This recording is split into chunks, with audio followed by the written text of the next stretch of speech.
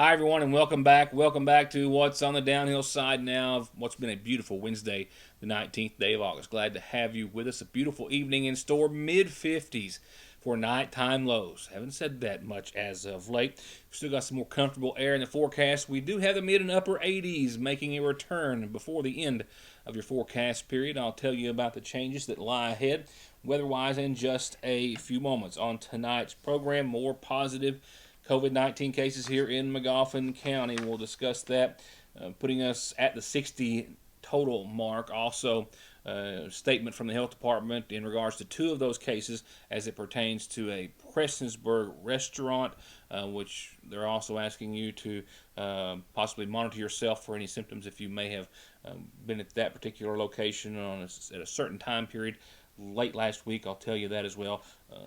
Mayor Shepard also tells us about at least one of the businesses that has been cited, continuing, as he says, to ignore the mask mandate for its customers. We'll have that and a lot to cover on the fiscal court meeting from last evening, and we're going to cover tonight one topic of conversation. I'll have the judge executive with us tomorrow to enlighten us a little bit on some other very important topics, but tonight it's taxes, and that's always a very important topic, and some significant changes at the cost of the Magoffin County Fiscal Court and county government funds, but a benefit to taxpayers. That means taxes have been reduced. To what degree and how much and in where, what category, I'll have that report in just a few seconds. Indictments returned by the Magoffin County Grand Jury, your daily update from our governor on state numbers, and much more before I leave you. Let's go ahead and pick it up with coverage of last night's Magoffin County Fiscal Court meeting. A lot of things that we'll be talking about throughout the week in regards to the Fiscal Court meeting and county government, the new 911 center. If everything went as planned with testing, went live late this evening or afternoon. We'll have more on that. We'll also have how they have punched some holes in the courthouse in regards to having some service windows for some county offices. Also, several other topics of discussion, including the CARES Act funding, in which $125,000 is going to be used from the CARES Act funding that the county is receiving to go in the form of grants of about $2,000 each to county businesses. All that coming at a later date. Tonight it is the subject of property taxes that we will indeed focus on, where the compensating rate, if they chose to take the compensating rate, which of course, as we most all know by now, means that the rate of taxes that would have just brought in the same revenue last year, well, if they'd have taken the compensating rate, taxes would have certainly increased.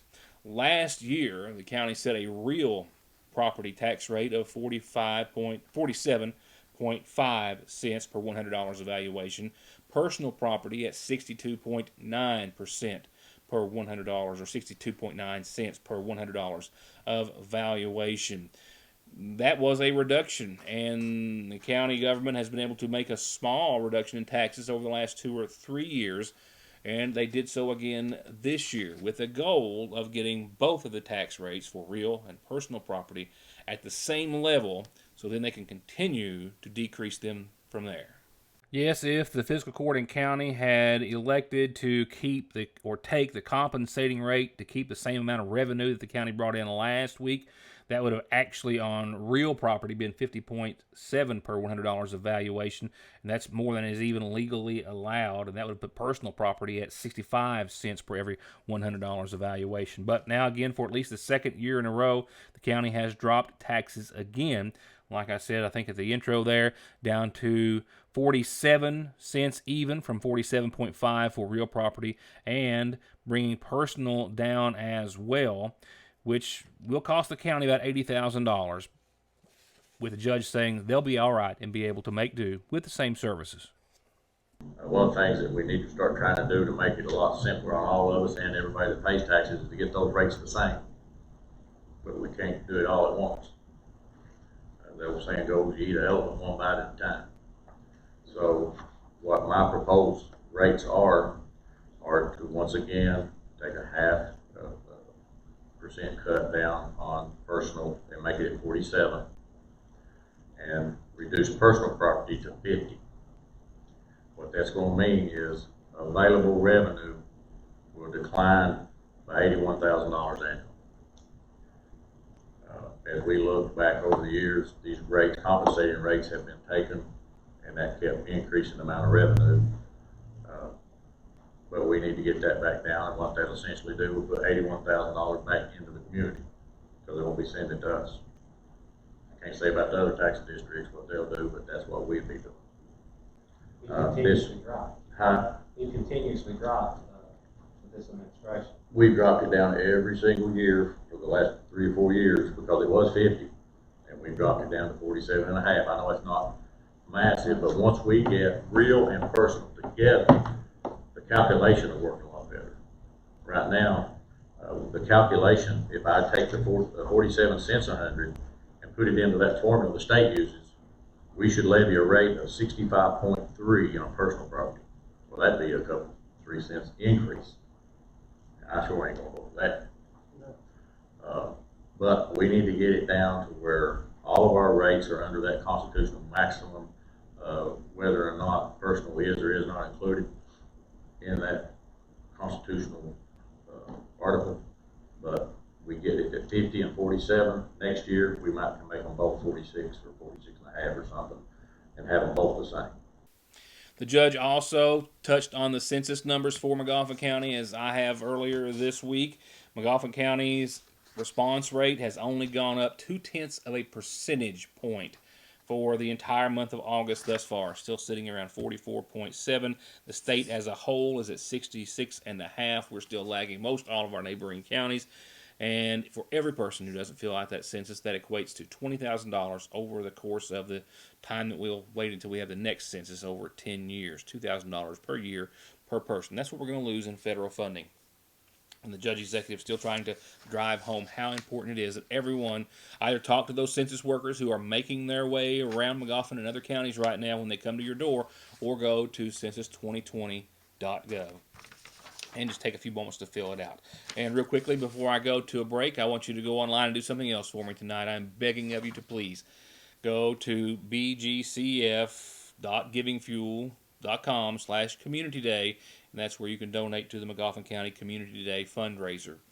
It's the only way that the foundation has been able to come up with trying to get some serious funds to those local nonprofit organizations who participate each and every year. And they're matching every one of your dollars 2 to 1. And right now, only about $1,400 have come in out of what they're hoping will be up to $35,000 that they will match. So keep that in mind. I can tell you a little bit of good news that I'm glad to report. I spoke with Lana down at the bank, and Foothills, Walmart, contributing as they always do to the Community Day foundation, if you will. Even though there's not a festival this year, they are contributing and participating in that respect just the same. They've also had a lot of folks from around the county drop a check off at the bank to go towards the campaign as well. So we wish to thank those folks. This is very important, and you only have until the end of August, as I'm about to remind you again, to log on and donate. The fields and the stands may be empty, and big events as we know them are just gone for 2020. But there is still a real need that's out there. McGoffin County Community Day needs your support. For the past 16 years, Community Day has been instrumental in helping our local nonprofits and civic groups raise the funds for all the good things they do for our community.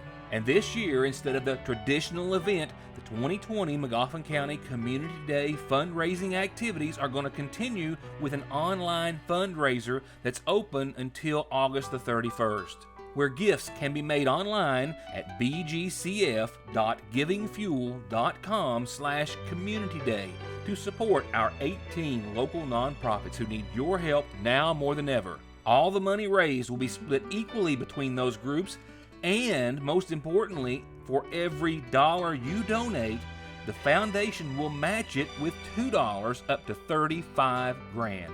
That means your gift of $20 becomes $60.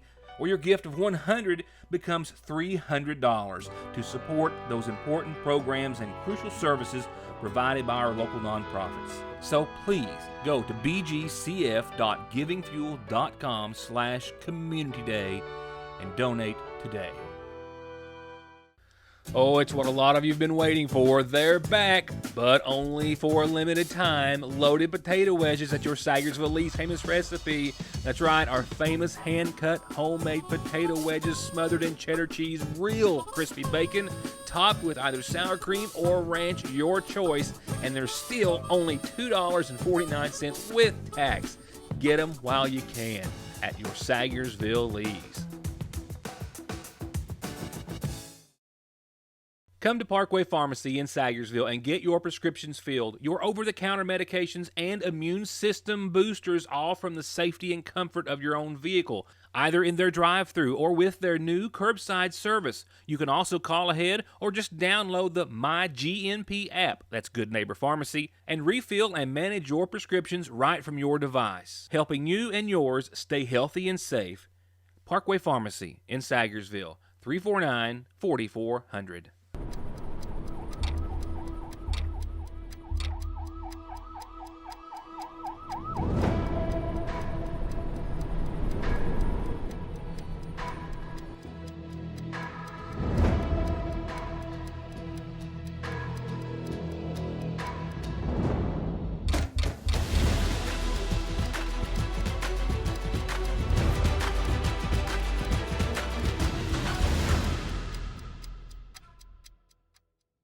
Connolly Tire in Staffordsville is now a proud partner of Rough Country for all of your suspension and lift kit applications. And you can always go to ConnollyTire.net to get the latest offers, like right now, $100 when you buy a set of Mickey Thompsons, $100 on a set of Continentals, and many, many more summer deals, including $35 computer diagnostics. That's Connolly Tire in Staffordsville, 297-2424.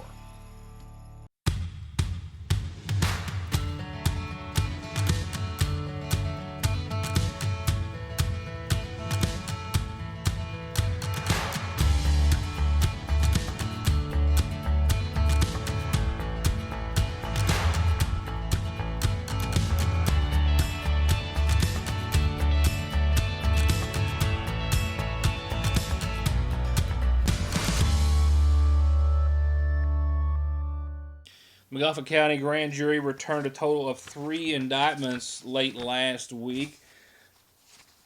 One for fourth offense DUI, another for a serious domestic case, arson in the first degree, and assault in the first degree on numerous counts. However, we'll lead the first of those 3 charges tonight.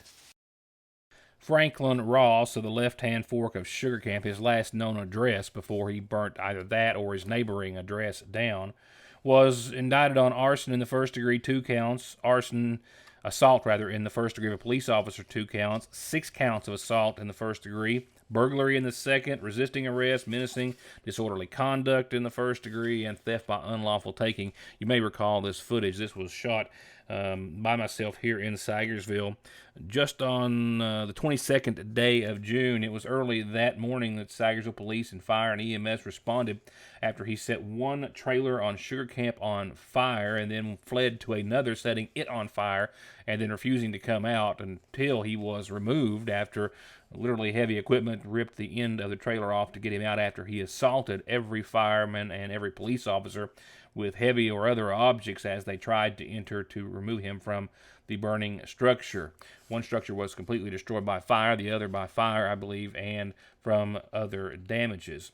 He was also taken into custody by Officer Mike Nichols for numerous charges, as I just mentioned. The theft by unlawful taking charge, I believe, resulted from him taking a tool away from one of the fire department members that they were using to try to remove him or gain access to the second mobile home to remove him safely.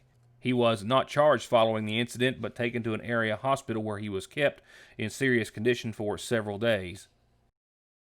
The second of the 3 indictments was returned against 30-year-old Joshua P. Honaker of Sagersville, indicted for driving under the influence, 4th offense or greater, and reckless driving as well. This relates to an incident on the 16th day of June of this year when Officer Mike Nichols of the Sagersville PD found him passed out behind the wheel of his vehicle, that vehicle running his foot on the brake and hitting gear on Gun Creek here in McGoffin County. He had at least 4 prior DUIs on his record. that dated back to 2011. 40-year-old Roy Logan Holland with a Louisville address, according to the jail, but a Sagersville address of College Street per the indictments handed down by the Magoffin County grand jury, was per a domestic assault that took place back in May of this year, indicted on strangulation in the first degree, wanton endangerment in the first degree, assault in the fourth degree, resisting arrest, and menacing. This comes after a case presented by Officer Nichols of the Sagersville PD, in which he responded to a domestic violence incident between Honaker where he had assaulted a female. He also, according to police citations at the time, tried to stab Officer Nichols and a deputy jailer with a pair of scissors in the process of resisting arrest during him being taken into custody. Your local COVID update coming in just a few moments before we go to tonight's calendar, and started off with a couple of birthday wishes. Let's have your state COVID update for today. Governor Beshear today began his press conference by pleading with Kentuckians to not have a lack of patience, as he says we are seeing in other states, some states rushing to reopen too fast, and some of those states seeing the highest rates in the country. In Mississippi schools, for example, he illustrated that so far in just 1 week's time of opening classes, they've got over 2,000 students and over 500 teachers quarantined as a result. Just yesterday, Notre Dame, after 1 week on campus of in-person classes, have canceled those for the time being after a high number of positive cases and have gone to online classes. I suspect that a lot of colleges around the country are going to fall in line with that. We'll have to wait and see. Hopefully they will not need to, but it appears as though that is the trend. The governor spoke of some more CARES Act funding, about $8 million to 18 local governments in central Kentucky. He also said that the state is applying tomorrow for the FEMA Lost Wages Program. This is going to be that additional unemployment money that many Kentuckians and many across the country have been receiving now for several weeks, albeit this time in a lesser amount. With the Democratic-led House adjourning several weeks ago, 2 weeks ago or so, and then the Republican-led Senate following suit sometime later, a week or week and a half later, after the two could not come to any sort of agreement on the latest, what is to be the latest stimulus package, President Trump issued executive orders, one being to continue the extra unemployment, not in the form of $600 per week as has been, which is one of the sticking points in the stimulus not being approved, but rather $300 in addition each week to those on unemployment, whether it's unemployment for COVID or not, all those on unemployment. And that is still the case. So the governor says he is applying, the state is tomorrow, to receive that additional $300 for the next 3 weeks, as that is all it is slated to run. But that on top of that, the state is going to add another $100 a week on its own accord, amounting to some $24 million over the course of 3 weeks for all Kentuckians on unemployment, but to equal a total of $400 in additional unemployment for Kentuckians who are drawing at this time. The federal government responsible for $300, the Kentucky government responsible for $100, of a total of $400 that he is applying for on behalf of the state of Kentucky tomorrow. From there, he moved on to announcing today's numbers, which were still high, which had an even higher number of children among them, numbers which also see deaths coming from those really high numbers that we saw during those worst of days, with today totaling more than 650 new cases. All right, today's total new cases of COVID-19, 655. Still has us in the general range as last week. Remember, we always see more cases on Wednesday, Thursday, sometimes even bleeding in to Friday. Of the 655 new cases, 91, which is 14%, are kids, 18 years and younger. Brings our total number of cases to 40,926. And today we've got 12 new deaths. I don't remember 2 days where we had this many deaths back to back. And it's the result that we talked about earlier, that when you have 3,000 cases a week, The deaths follow a couple weeks after, and we're at that point now. We said it was going to be a tough August. We're at the point where we're starting to see the deaths that have resulted from this spike. Remember, the longer that we stay up here with 4,000, 3,900 cases per week, we're going to see more deaths. So 655 new cases today. 91 of those, as the governor said, or 14% under the age of 18. And out of those 12 deaths that the governor announced today, bringing us to a total of 842, the youngest was 42 years of age, another a mere 58 years of age. Our positivity rate stands at 5.41%. And doing a little quick math, 32 people in Kentucky have died in just the past 3 days alone. 2 days of double digits in regards to new deaths here in the state. So from there, your local COVID update in a few seconds, but it's community calendar announcements right now, and that's birthdays right now, brought to you by McGoffin Farm Bureau.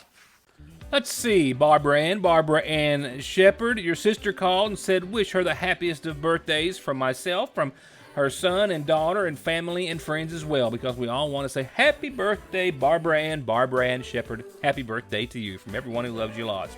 And Mr. now 36-year-old, drumroll please, Christopher Lynn Jenkins, from your dad, Trenton, Tanya, family, friends, and a whole bunch of others. Happy 36th birthday to you. Happy 36th birthday to Christopher Jenkins. Happy birthday to you both.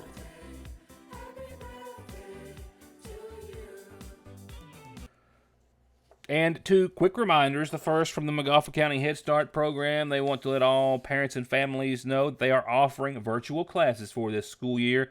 Call them to find out more about this new learning opportunity for your Head Start kids. 349-3488. Virtual classes for our McGoffin County Head Start students. And you've got just until September the 4th to get your application in, farmers, for the County Agriculture Investment Program to improve your farm in a variety of ways.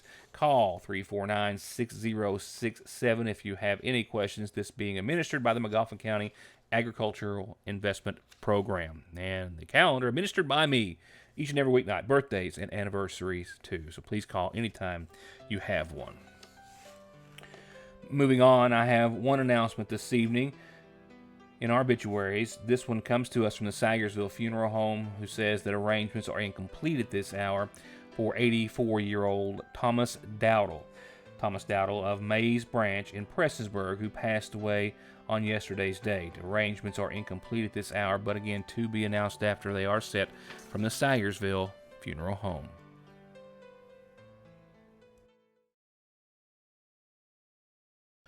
It's hard to describe the t-shirt lines and looks in right now at the seasonal shop, but I'm going to try.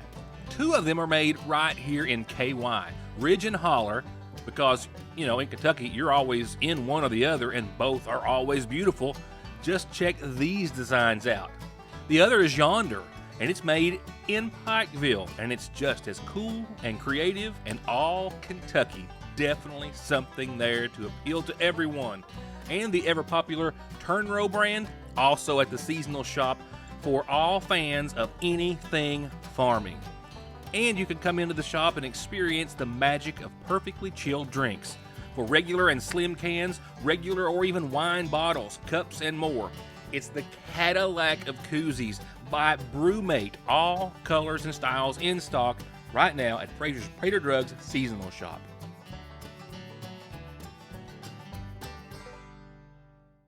Car accidents don't stop. Accidents at work don't stop. Disability and SSI cases don't stop. Your legal needs and concerns don't stop for the coronavirus, and neither does McFarland and Tinker. They are open, able to schedule appointments per CDC guidelines, and always available for telephone and video conferences. Please, be safe, be smart, stay home, and don't let your legal needs fall victim to the pandemic. Call McFarland and Tinker and let them take care of them for you.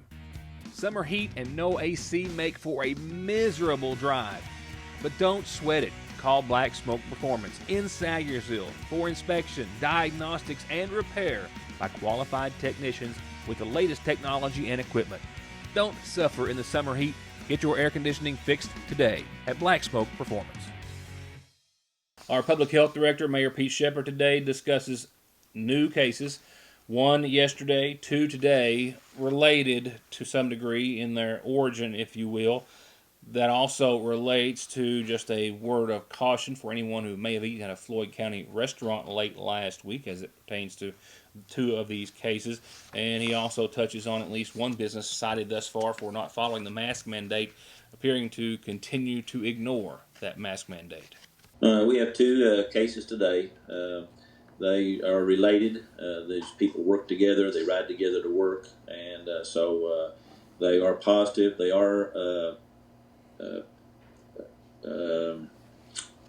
linked to a case yesterday. So 3 cases are linked here, and the other case we had yesterday was not linked to anybody that we've had so far in our 60 cases.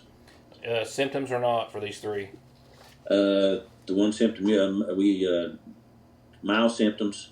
The one yesterday, the 76-year-old man, is hospitalized with severe symptoms. I don't think he's in ICU, but he is in the hospital in the COVID unit at Pikeville. As we kind of tend to see whenever you have numerous or several cases in one day, you tend to have several pending cases or tests because a lot of folks are getting tested. Is that the case today? That's the case today. We have 39 pending. A lot of people got tested with the 2 cases and the 2 cases today, 2 cases yesterday. Some of the 2 cases today we traced back to last week. So people we've contacted last week that have been in contact with these have went in, and a lot of them have been tested today. So I think with the 2 cases we had today, we also put a bulletin out that the Mexican restaurant in Prestonburg, Alazoo Grande, they were there last week. We've got a time frame there. I guess you can go over that. I didn't get to read all the particulars on that, but last Thursday, I think it was, they ate there. A group of them did, and most of the people in that restaurant was not social distancing or wearing masks. So we put out a bulletin that anybody there at that time should watch for symptoms and maybe be tested. Any new details to share on any businesses? I know that we've been talking about citations and the like for several days now. No, we had 1 complaint today. We checked it out, and it was we didn't issue any citations. When we got to the store, everybody was wearing masks, and the employees too. It was mostly on people being in the store not wearing masks. One of the individuals we cited yesterday, we've got more reports last night that after we cited them that they're still letting just people come in without masks, and we will. The funny thing is, with our orders from the governor, we have to give them 5 days to comply. So if we're getting these continuous complaints for the next 3 or 4 or 5 days, next Monday I'll be citing these businesses again, and this will be a fine the next time they get a citation. No, I just want to tell everybody, if you do see people in stores without masks, just give us a call at the health department, 349-6212, and we'll check it out. We're checking all our complaints out, and we will follow up on any complaint we get. I'm not just going out and sitting at stores watching for people, but if we do get complaints, or if I'm out and about and see some, I'll write it down, and we're trying to get at least, a consistent amount of people in there without masks. I can see 1 or 2 slipping by and everything on these businesses every once in a while, but if it's a continuous stream of people without masks going in, then we're going to cite them. Now, weather-wise, as you see behind me and as I see in front of me on the monitor over there, what a beautiful evening we are in store for. Go out and sit on the porch and enjoy it if you can. We're all due. 55 degrees for nighttime lows, and we have daytime highs tomorrow hitting the low 80s again with some sunshine before shower chances return. Yes, an absolutely beautiful day and evening.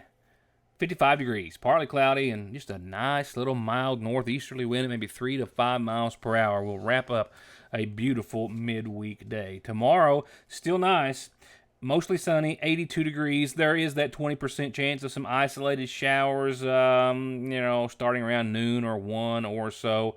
Only 20%, and that is as big of a threat as you're going to get out of your Thursday, so really barely 1.